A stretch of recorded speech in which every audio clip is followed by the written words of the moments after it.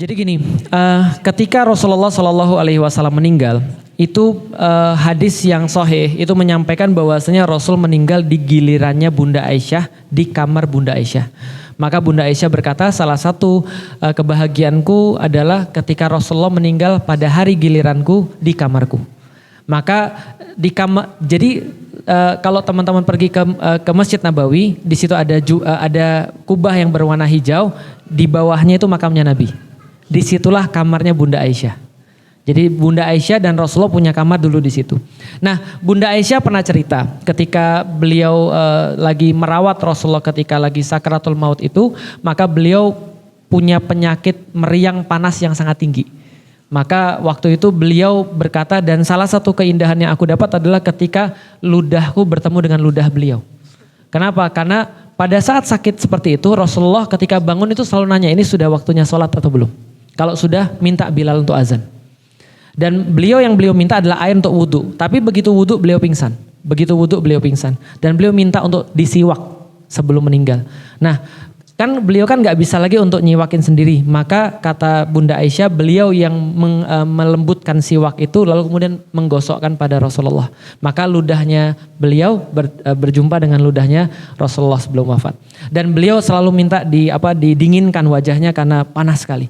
Nah, setelah itu beliau minta Bunda Aisyah untuk manggil keluarganya. Termasuk yang dipanggil adalah Ali bin Abu Thalib dan Fatimah, anaknya. Lalu kemudian Fatimah tuh begitu melihat Rasulullah itu langsung nangis kencang. Kenapa nangis kencang? Dia bilang begini, wahai ayahku, aku tuh belum pernah sekalipun melihat hidupmu itu selama engkau jadi nabi, itu tidak lain hidupmu selalu dipenuhi dengan kesengsaraan. Lah kok kamu tuh sengsara sampai sekarang? Karena Rasulullah itu menahan sakaratul maut.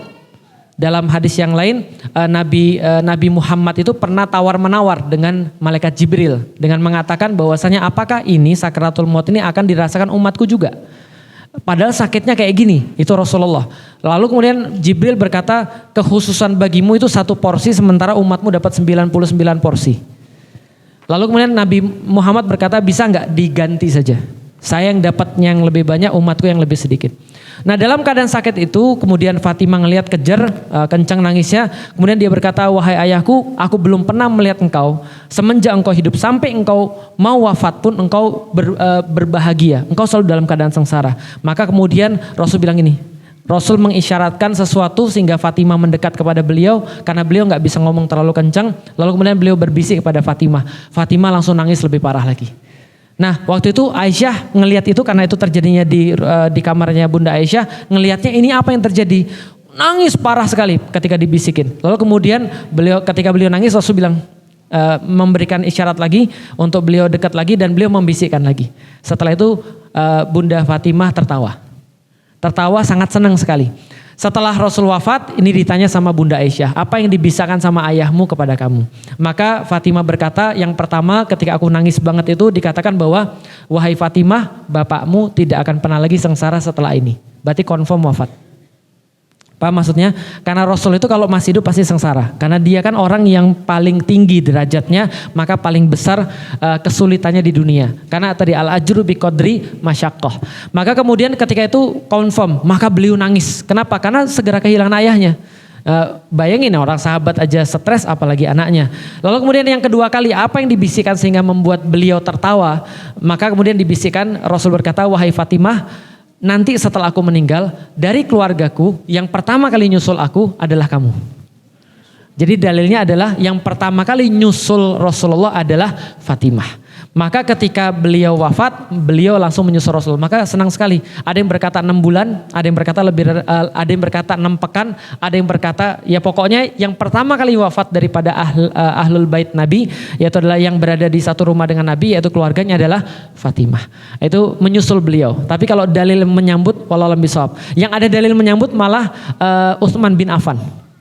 Itu dalilnya beda lagi. Utsman bin Affan dikepung sama orang karena fitnah, intinya nanti kapan-kapan saya ceritain, dikepung sama orang, beliau waktu itu dalam keadaan dalam keadaan sangat lemah. Dalam keadaan sangat lemah sudah susah, lalu kemudian beliau bermimpi ketemu dengan Rasulullah.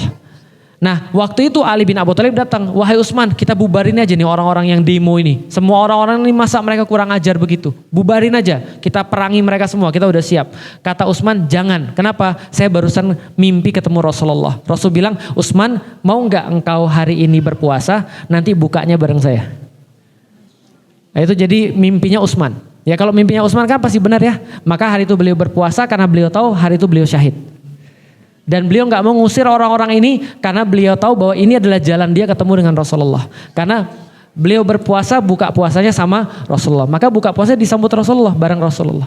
Itu adalah dalil yang lain. Tapi kalau Fatimah dalilnya cuma yang tadi. Bahwasanya yang akan menyusul saya setelah ahli saya adalah Fatimah. Dan itu keutamaan besar buat Fatimah. Wallahu a'lam bishawab. Kalau ada yang lain silahkan.